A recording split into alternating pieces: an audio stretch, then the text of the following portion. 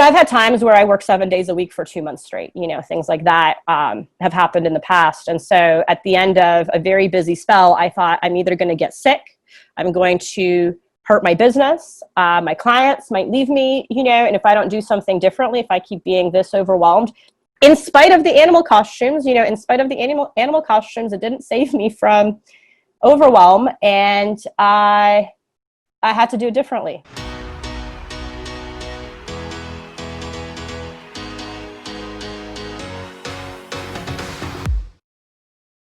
I might not have stayed an accountant if I didn't discover this, because as much as it's something that's challenging for other people that aren't accountants, imagine that accounting is the thing that you're doing, every day, day in and day out for years and years and years. So I've now been doing this for about 15 years.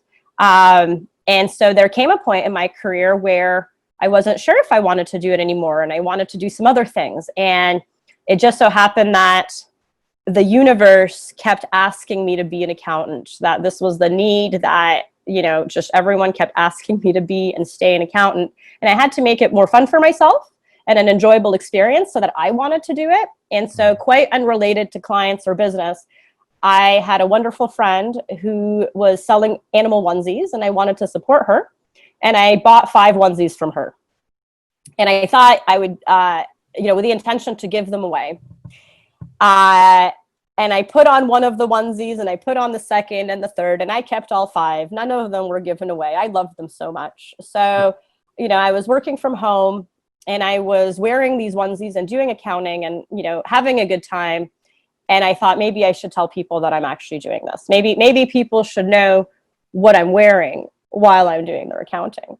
And so a friend of mine asked me for help, and I said, oh yeah, I'm happy to help you, but I have one condition, which is that we both have to wear animal costumes while we do your accounting. And that was the very first animal accounting session, which started as a joke. And she was totally down. We had an awesome time.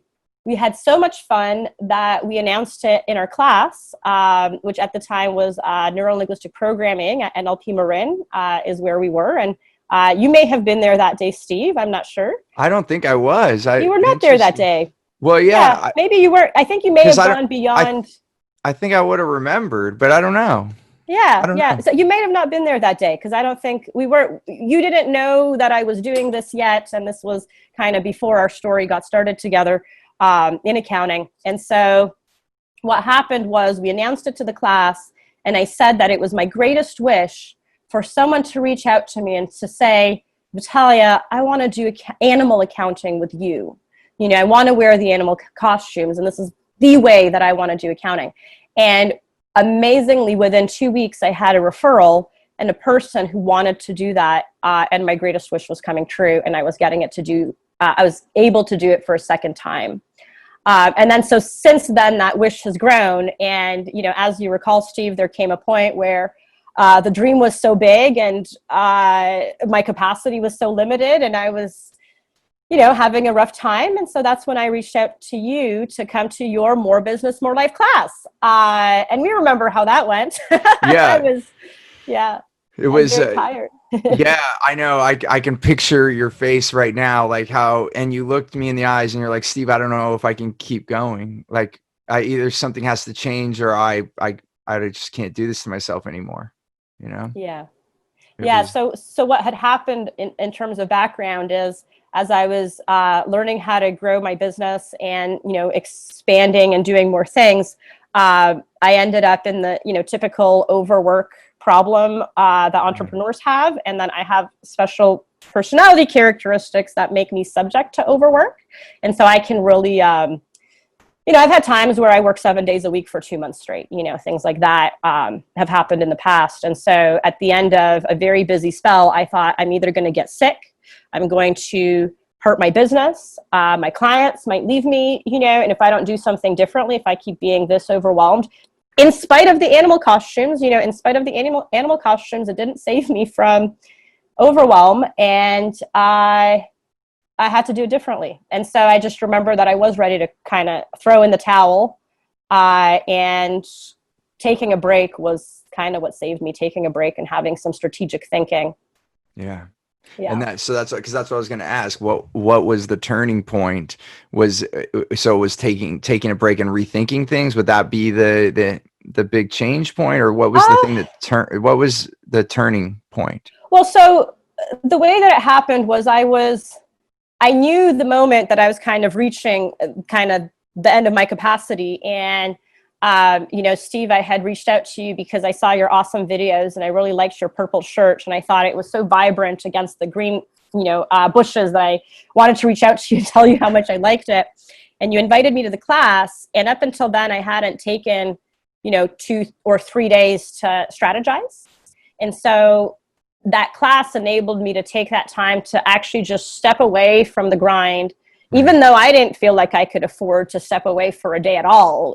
I think I came in and I might have worked in the morning, and I had a real trouble arriving on time or even being present for the entire class. And but even still, I allowed enough time to really notice that what I was doing wasn't working so well. It wasn't sustainable.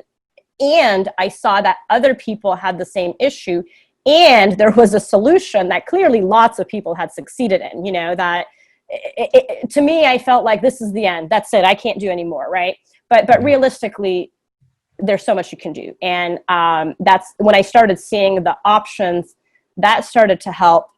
And then ultimately seeing how some of the client relationships I was in were very draining and sometimes not really in accordance with my business strategy.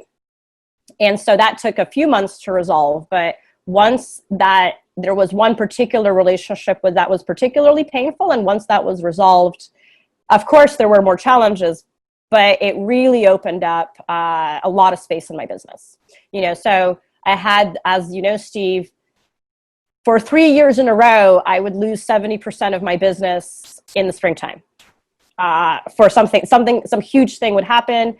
And there would be a big client shift, So that first shift was letting go of the one client that was quite painful, but it was a large chunk of revenue.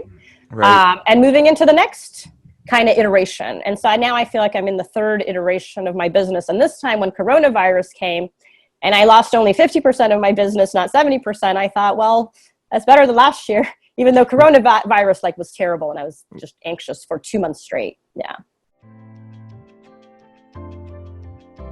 Hey there, I want to give you something really big. It's called Clear Path to Customers. It's the way that we get the right language to get the right client. I like to call them your wow clients, so that you can have more results, more revenue, more raving fans, and more referrals. And I want to give this to you absolutely free.